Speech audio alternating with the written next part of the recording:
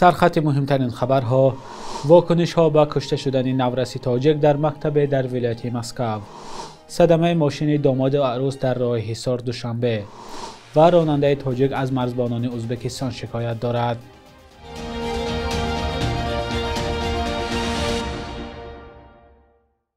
سلام بینندگان عزیز، برنامه نویدی بامدادی از تقدیم شما با آخرین خبرهای تاجیکستان و جهان. امروز 17 دکبر سال 2025 است.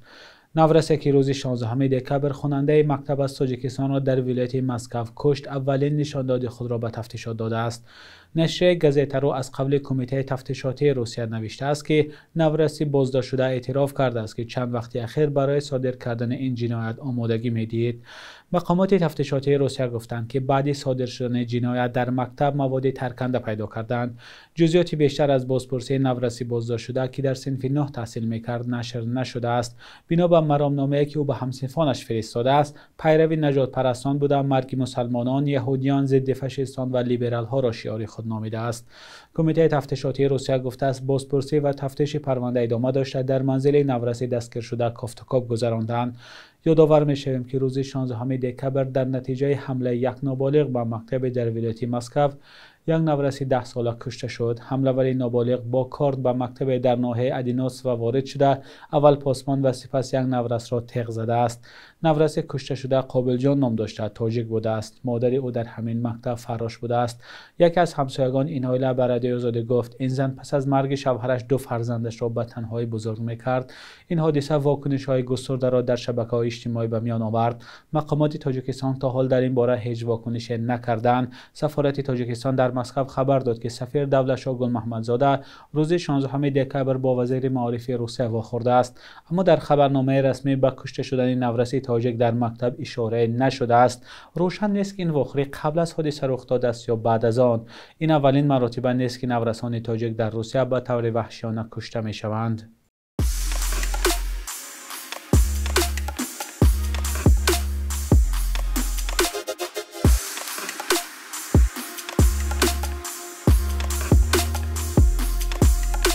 همه چیزی که میخواهند و میخواهید در اینجا هست. تازه ترین اخبار، گزارش های ویدیویی، شرح حادثه و تحقیقات ژورنالیستی. زمینه رادیو آزادی را نصب کنید و همه این را با انگشت زدن به تلفن هوشمند خود به دست بیارید. در پی برخورد ماشین داماد و عروس به یک اتومبیل بارکش حداقل 3 نفر آسیب گرفتند. حادثه روز یکشنبه 14 دکبر در راه حصار دوشنبه رخ داد. نوار آن به شبکه‌های اجتماعی راه یافت. در نوار دیده می شود که ماشین داماد و عروس بعد برخوردن به نقلیات بارکش سخت ضرر دیده است. آسیب دیدگان این حادثه را به بیمارستان استقلال شهر دوشنبه بردند. روز 16 دکبر در این بیمارستان به رادیو آزادی گفتند بعد صدمه 3 نفر داماد و عروس و یک خویشاوند آنها را به بیمارستان آوردند. با گفته پزشکان احوال داماد بهتر بود و برای همین او را زود به خانه جواب دادند. احوال عروس را نیز پزشکان چندان وزنی نگفتند، اما برای احتیاط او را بستری کردند. ولی یک خویشاوند این خانواده که در کرسی پیش ماشین نشسته بوده است در شعبه احیا بستری بوده است. این افراد ساکنان محله دریاآباد ناحیه فردوسی بودند. سالانه در صدمه‌های نقلیاتی در تاجیکستان صدها کس کشته و معیوب یک عمری میشوند. یک راننده تاجیک شکایت دارد که مرزبانان ازبکستان ناحق او را جریمه کردند و اجازه عبور نمیدهند. شریفجان سیدامینوف با ارسال ویدیو به رادیو آزادی گفت ماه می سال 2024 با ماشین بارکش از طریق گذرگاه فاتح آباد آیبک به ازبکستان وارد شده.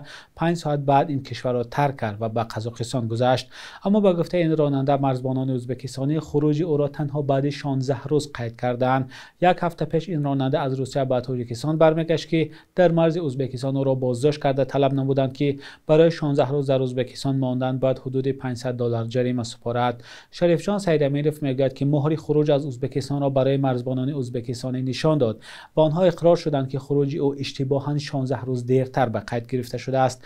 ولی با وجود این راننده تاجیک میگوید که یک هفته باز در مرز ازبکستان درمانده است و نمیتواند از طریق این کشور به تاجیکستان برود. سیدامینوف گفت در ماشین محصولات خوراکه دارد که نباید زیاد بایستند. نوار این راننده را با هم ببینیم. ماشین نمرای روسیه.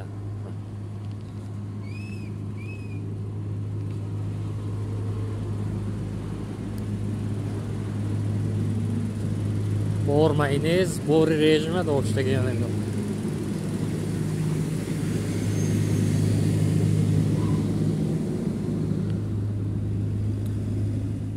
بعد باز شدن مرز در سال 2018 شهروندان تاجیکستان در وقت بازگشت از روسیه یا کشورهای اروپایی از ازبکستان می‌گذرند.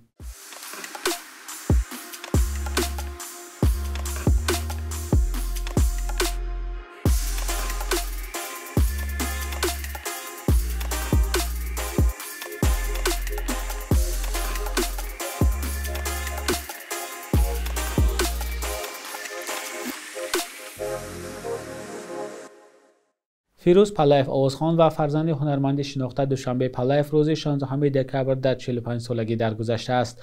نوباور شناروف رهبر گروه هنری شمس و از دوستان و نزدیکان آوازخوان در صحبت با رادیوی آزادی خبر را تصدیق کرد. او گفت که فیروز صبح سه‌شنبه کمی ناتاب شده و در مانگاه شماره 13 دوشنبه رفت و دیرتر دچار سکته قلبی شدید شده و ففتید. حالا با گفته نوباور شناروف پزشکان سبب‌های فوت آوازخوان را دقیق می‌کنند. فیروز پالایف آوازخوان دسته سرز بود و بیشتر با زبان‌های تاجیکی و پامیری ترانه‌های استرادی اجرا می‌کرد. چند سرود پدرش را که بیشتر در سبک‌های مردمی و سنتی بدخشان بودند نیز به طرز نو و سبک‌های معاصر بازخوانی نموده است. بخشک روز تاریخ است که مهمترین تحولات تاریخی در روز 17 دکبر را فرا می‌گیرد.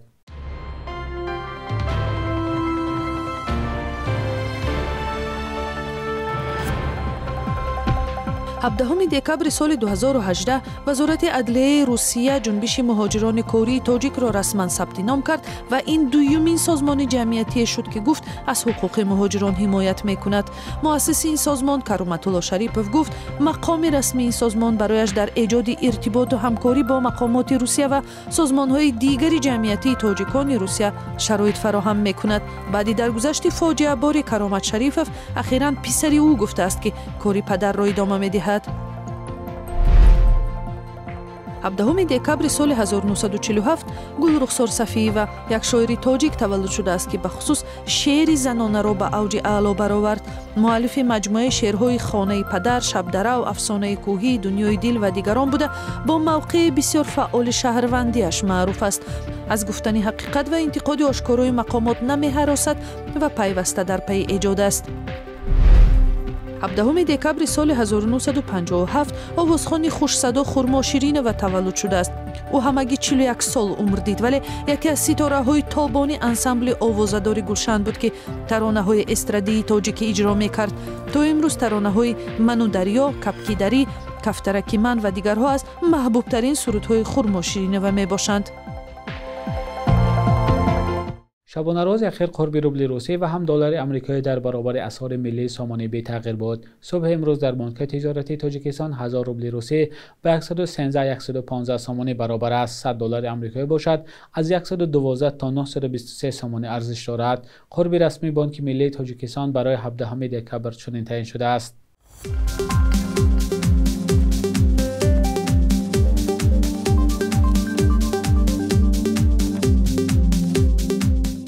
بینندگان عزیز، این آخرین بخش در برنامه نوید بود. خبرهای از این بیشتر را در سامانه رادیوی آزادی با نشانی آزادی.org و صحیفه‌های ما در شبکه‌های اجتماعی پیدا کنید. خدا نگهدارتان.